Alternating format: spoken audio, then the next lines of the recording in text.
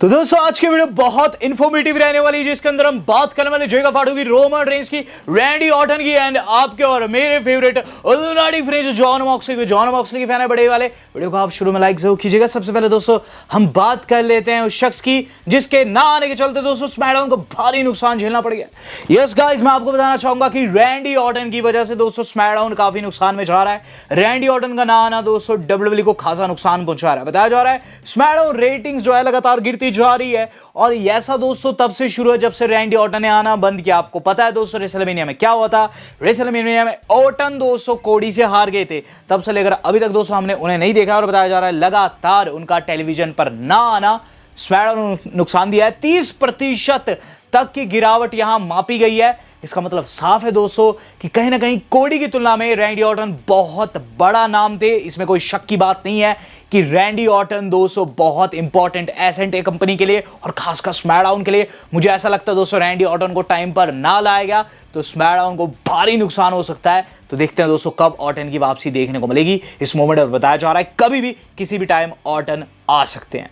चलिए बात कर ली जाए आज की अपनी सेकंड न्यूज की। सेकंड न्यूज जुड़ी है दोस्तों समर स्लैम में होने वाले एक मेगा मैच से। तो इस बारी की समर स्लैम के अंदर दोस्तों ईओ स्काई का जो ओपोनेंट बताया जा रहा है अब लिव मॉर्गन को बताया जा रहा है। दरअसल दोस्तों स्टेफनी वेकर जो है इस मोमेंट पर इंजर्ड है और बताया जा रहा है जब वो आएगी तो उनका लिव के साथ राइवलरी दिखाया जाएगा। लेकिन गाइस समर स्लैम में जो प्लान्स है वो इस मोमेंट पर चेंज कर चुके हैं ट्रिपल एच और अब दोस्तों ईओ स्काई को आगे किया जा रहा है कि स्टेफनी वेकर का कुछ पता नहीं कब वो आएगी।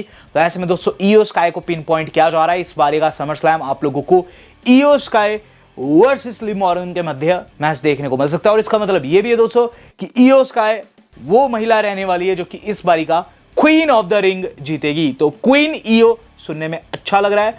बात कर ली जाए उस थिंग की जो कि बिल्कुल भी अच्छी नहीं लग रही है सुनने में। निक खान ने दोस्तों कुछ ऐसी बातें कर दी है कि अब वो ट्रोल हो रहे हैं। निक खान दोस्तों हाल फिलहाल में एक पॉडकास्ट में क्या चीज कहते हैं, वो कहते हैं कि हमारे प्लान्स कभी भी चेंज नहीं हुए, ना ही कभी चेंज होंगे। वो कहते हैं कि हम ऑडियंस की कभी सुनते ही नहीं है और ऑडियंस के रिएक्शन पर हम कभी रिएक्ट ही नहीं करते हैं। वो कहते हैं कि रेसलमेनिया 40 में लोगों को लगता है कि ऑनलाइन जैसी हेट मिली, हमने प्लान्स में चेंज डाले। आपको याद होगा रेसलमेनिया 40 के टाइम पर रॉक वर्सेस रोमन होने वाला था, लेकिन इवेंचुअली दोस्तों वो कोडी वर्सेस रोमन बन जाता है और दूसरे छोर पर दोस्तों रॉक को एक टैग टीम मैच का पार्ट होना पड़ता है।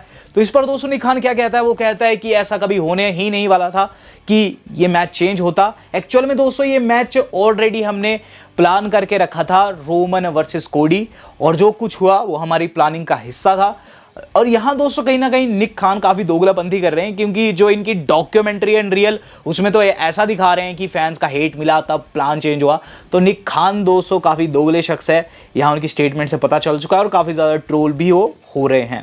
इस बीच दोस्तों निक खान एंड कंपनी ने काफी बड़ा डिसीजन ले लिया। एक टाइटल दोस्तों पूरे तरीके से वैनिश कर दिया गया है कंपनी में, अब इसका नाम आपको कभी भी सुनने को नहीं मिलेगा। तो एक कप था दोस्तों NXT हेरिटेज कप जो कि गाइस NXT में हमें हर साल देखने को मिलता था और गाइस इसके लिए एक छोटी सी टूर्नामेंट रखी जाती थी अगर मैं गलत नहीं हूं तो। गाइस बताया जा रहा है कि अब इसे ऑफिशियली स्क्रैप कर दिया गया है और ये चीज़ दोस्तों कहीं ना कहीं बताती है कि कंपनी में कितने बड़े चेंजेस इस मूवमेंट पर हो रहे हैं। बहुत से टाइटल स्क्रैप किए जा रहे हैं, बहुत से नए चैंपियंस बन रहे हैं। ऐसे में एक चैंपियन जो कि NXT से अभी सिर्फ 1.5 महीने पहले आई थी चैंपियन बनी है, नाम है सोल रुका। सोल रुका दोस्तों आज कुछ ऐसी स्टेटमेंट देती है कि लोगों को दोस्तों सोल रुका पर भी शक हो रहा है। सोल रुका क्या कहती है कि वो अपना टाइटल डिफेंड करना चाहेगी, लेकिन डिफेंड करना चाहेगी NXT वुमेन रोस्टर के खिलाफ में और ऐसे में वो कोशिश करेगी कि ये जो टाइटल डिफेंड हो मेन रोस्टर में हो ताकि उन्हें मौका मिले मेन रोस्टर में आने का। तो सीधे सीधे वो कह रही है कि वो ओपन चैलेंज रखना चाहती है लेकिन सिर्फ NXT फीमेल सुपरस्टार्स के लिए ताकि ज़्यादा उन्हें एक्सपोजर मिले। मैं नहीं जानता दोस्तों सोल रुका का NXT के प्रति इतना लगाव क्यों है, बट स्टिल इस तरीके की स्टेटमेंट देना कहीं ना कहीं बहुत से लोगों को चुप जरूर रहा है। बात कर ली जाए दोस्तों सेथ रॉलिंस की। सेथ रॉलिंस को दोस्तों एक महिला बिल्कुल नहीं चुभी जो कि हाल फिलहाल के लाइव इवेंट में कुछ ऐसा लिख कर आ रखी थी जिसे देख सेथ की हंसी छूट गई। तो महिला क्या लिख कर आ रखी थी, वो लिख कर आ रखी थी मेरे एक्स ने कहा कि सेथ रॉलिंस सक्स इसलिए अब वो मेरा एक्स है। तो ये चीज़ दोस्तों सेथ ने देखी तो सेथ की हंसी छूट गई, उसने उस महिला को शाउट आउट दिया, उसका साइन बोर्ड पकड़ा है। कुल मिलाकर दोस्तों इस मोमेंट पर सेथ रॉलिंस काफ़ी हॉट चल रहे हैं और देखते हैं दोस्तों आगे उनका क्या रहता है। मैं वीडियो में आगे बताऊंगा क्या रहेगा, लेकिन अभी दोस्तों बात कर ली जाए उस शख्स की जिसने दोस्तों इस मूवमेंट पर एमजेएफ को चैलेंज कर दिया है, तो मैं बात कर रहा हूं अंड्राडे की। अंड्राडे ने दोस्तों आज डायनामाइट में चैलेंज कर दिया है एमजेएफ को। लगातार काफ़ी टाइम से दोस्तों अंड्राडे जीत रहे हैं और एक उनकी स्ट्रीक चली हुई है, तो ऐसे में दोस्तों अब वो नेक्स्ट इन लाइन है। एमजेएफ ने दोस्तों कहीं ना कहीं अंड्राडे के खिलाफ राइवलरी करनी है। अब वहीं एईडब्ल्यू के अंदर बहुत कुछ खास हुआ है, उनमें से एक डायनामाइट में दोस्तों जॉन मॉक्सली का भी सेगमेंट था। जॉन मॉक्सली दोस्तों आज विल ऑस्प्रे को बैक स्टेज ये चीज़ कहते हुए नजर आते हैं कि आज तेने टेंशन नहीं लेनी है, आज तेरा डेविस के खिलाफ मैच है जो कि डॉन कॉलिन्स फैमिली से है। वहाँ अगर डॉन कॉलिन्स फैमिली से कोई भी आता है तो मेरे लड़के आकर तुझे बचाएंगे, और ऐसा ही हुआ मैच के अंदर दोस्तों। एंड जैसे में जब विल ऑस्प्रे जीतने वाले थे वहाँ बहुत से डॉन कॉलिन्स फैमिली के लड़के आते हैं, लेकिन फिर दोस्तों एक मासिव ब्रॉल देखने को मिलती है जिसमें जॉन मॉक्सली की पूरी गैंग आ जाती है और गाइज रेस्क्यू करती है विल ऑस्प्रे का। इवेंचुअली दोस्तों विल ऑस्प्रे मैच में जीत जाते हैं और डेविस से टैप आउट करा देते हैं। तो इससे पता चलता है डीन एम्ब्रोज जमान के कितने ज़्यादा पक्के हैं। डीन एम्ब्रोज ने दोस्तों एक पोस्ट भी डाली थी इंस्टाग्राम के ऊपर, लगा दूंगा अपनी फैमिली के साथ, तो दिख रहे हैं।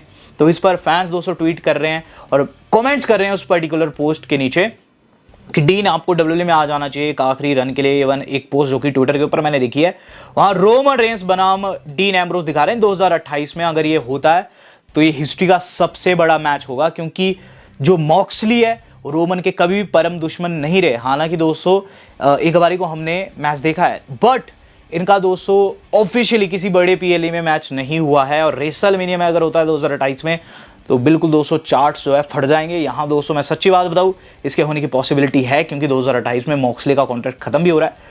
बट क्या वो एईडब्ल्यू को छोड़ेंगे? वेल इसके ऊपर दोस्तों काफ़ी बड़ा क्वेश्चन मार्क है। क्या उन्हें एईडब्ल्यू को छोड़ना चाहिए? वेल एब्सोल्युटली, लेकिन ये तो समय बताएगा। बात कर लेते हैं दोस्तों इस अगली न्यूज़ की। तो गाइज इससे अगली न्यूज़ जो आज की हमारी जुड़ी हुई है वो जुड़ी है दोस्तों एक क्रेजी स्टैट से, जो कि गाइज इस साल निकला है रोमन रेंस का। और फैंस को दोस्तों ये चीज़ काफ़ी अच्छी लग रही है। तो बहुत से लोग दोस्तों रोमन रेंस को चीटर कहते हैं, और आपने देखा भी एलए नाइट भी यही कह रहे थे बीती एक रॉ में।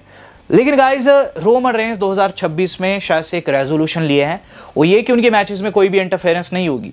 तो गाइज अगर आप देखेंगे तो पास्ट में रोमन रेंस बहुत ज़्यादा इंटरफेरेंस का फ़ायदा लेते थे, लेकिन इस साल दोस्तों ना ही उन्होंने रॉयल रंबल में, ना ही दोस्तों उन्होंने मेनिया में, ना ही दोस्तों उन्होंने इस बीते पीएलई में किसी से हेल्प लिया है। इस बारी के जो ये पीएलईज थे खासकर दोस्तों रेसलमेनिया के बाद के, उन्हें ब्लड लाइन एक्नॉलेज कर चुकी थी, जेएन जिमी साथ थे, लेकिन स्टिल मदद ना लेना बताता है कि शायद से उन्होंने कोई रेजोल्यूशन लिया इस साल दोस्तों। वो ब्लड लाइन के साथ तो होंगे, लेकिन शायद से ब्लड लाइन की हेल्प वो नहीं लेंगे। चलिए बात कर ली जाए अब आज की अपनी वेरी नेक्स्ट अपडेट की, जो कि हमारी जुड़ी हुई है दोस्तों अपने सेथ रॉलिंस से। तो गाइस सेथ रॉलिंस दोस्तों वजह बन सकते हैं कि रोमन रेंस को हेल्प की आवश्यकता बनी, क्योंकि रॉलिंस जो है ना गाइस, वो जब भी रोमन रेंस को फेस करते हैं ना, उनका रिकॉर्ड काफ़ी अच्छा रहता है। अगर आप पास्ट का कोई भी इनका मैच उठाकर देखेंगे तो आप ये पाएंगे कि रॉलिंस को हमेशा एज रहा है, वो एक क्रिप्टोनाइट जैसे है रोमन रेंस के लिए। और गाइस आप देख रहे हैं इस मोमेंट पर वो मॉन्टेस को, एंजेलो को खुद की तरफ करने में कामयाब रह रहे हैं। वहीं रोमन रेंस के पास भी ब्लड लाइन का सपोर्ट है, जेकब फाटू को दोस्तों उन्होंने अपना सेवक बना दिया है। तो ये सारी चीज़ें आपस में जुड़ रही है। और आज जो न्यूज़ आई है सेल्फ मेड की तरफ से, आज आपको बताना चाहूँगा इस बारी के समर स्लैम में बताया जा रहा ऑफिशियली जो मैच पिन पॉइंट किया जा रहा है वो है दोस्तों Seth Rollins versus Roman Reigns. हालांकि दोस्तों अभी ये ऑफिशियल नहीं हुआ है, बट गाइज इसे माना जा रहा है कि यही होगा, क्योंकि यहाँ जो रॉलिंस है वो जीतेंगे इस बारी का king of the ring, then दोस्तों समर स्लैम में जाएंगे। और गाइज वो रोमन रेंस को इस बारी का समर स्लैम होगा ब्रदर वर्सेस ब्रदर। अब ऐसे में दोस्तों देखना ये होगा इन दोनों की इस बाउट में जीतेगा कौन। लेकिन एट द सेम टाइम मैं आपको ये चीज भी बताना चाहूंगा, एक बोनस अपडेट देना चाहूंगा कि बताता है कि लेसनर कब लौटेंगे। यस गाइज अब चीजें आपस में जुड़ती हुई नजर आ रही है। जल्द दोस्तों किंग ऑफ द रिंग का फिनाले होगा और वो होगा दोस्तों सऊदी से लाइव। ऑब्वियसली वहां दोस्तों होने वाला है नाइट ऑफ चैंपियंस। तो गाइज वहां जो मेन मैच रहेगा वो रहेगा ओबा वर्सेस सेथ, क्योंकि ओबा किसी से रोके नहीं जाएंगे, सेथ किसी से रोके नहीं जाएंगे। इनका दोस्तों वहां मेन इवेंट होगा 27 जून को, अगर मैं गलत नहीं हूं तो। वहां आप लोगों को लेसनर जो है ओबा पर F5 की बारिश करते हुए नजर आएंगे, जिसके तहत दोस्तों सेथ मैच को तो जीत जाएंगे, लेकिन फिर दोस्तों उन्हें अपने ही भाई को फेस करना होगा। और जैसे मैंने आपको बताया उन्हें सपोर्ट है मॉन्टेस का, एंजेलो का। इस बारी के समर स्लैम में दोस्तों हो सकता है कि रोमन रेंस को हेल्प की आवश्यकता पड़े। बट गाइज इसी से जुड़ी हुई आज की अपनी मेन खबर। तो आज मेन खबर जो आज की हमारी जुड़ी हुई है वो जुड़ी हुई है दोस्तों जेकब फाटू के धोखे से। तो गाइज अगर आप इस मोमेंट पर जेकब फाटू को ढंग से ऑब्जर्व कर रहे होंगे तो आप एक चीज पा रहे होंगे कि जेकब फाटू का इन सब चीजों में कोई भी मन नहीं है। इवन कल दोस्तों जो तस्वीर डाली थी रोमन रेंस ने गाइज, उसमें जेकब फाटू काफी ज्यादा सैड नजर आ रहे थे। अगर आपने ध्यान दिया होगा जेकब के एक्सप्रेशन बता रहे थे कि उन्हें मजबूर किया जा रहा है उस तस्वीर के लिए। एट द सेम टाइम उस तस्वीर को उन्होंने शेयर भी किया। तो ऐसा तो हो नहीं सकता कि कोई इतना ज़्यादा नाखुश है और उसे शेयर भी कर रहा है। उन्हें मजबूर किया जा रहा है। जे भी दोस्तों उनके ऊपर दोस्तों अपनी धाक जमाने की कोशिश कर रहे हैं, बार बार मॉक कर रहे हैं। द सेम टाइम दोस्तों जेकब को ये बात माननी भी होगी क्योंकि अब उन्होंने रोमन रेंस को एक्नॉलेज कर दिया है। तो इस बार के समर स्लैम में दोस्तों सबसे इंपॉर्टेंट रहेगा कि जेकब फाटू कैसा रिएक्ट करेंगे, क्योंकि दोस्तों मुझे ऐसा लगता है कि जिमी एंड जे तो अभी रोमन को बिल्कुल भी धोखा नहीं देने वाले। उनका कोई भी पंगा नहीं है रोमन रेंस के साथ में, और वो उन्हें पूरे तरीके से दिल से पसंद करते हैं। उनकी पास में फाइट हो रखी है, तो ये सेंस नहीं बनाता कि जे या फिर जिमी के साथ वो लड़े। तो गाइस जेकब फाटू पर मुझे शक हो रहा है। जेकब फाटू दोस्तों ऑब्वियसली इस मोमेंट पर एक्नॉलेज तो कर चुके हैं रोमन रेंस को, लेकिन मुझे लगता है मन ही मन दोस्तों रोमन रेंस को अभी भी हेट करते हैं। एट द सेम टाइम दोस्तों इस चीज का फायदा रॉलिंस को समर स्लैम में मिल सकता है।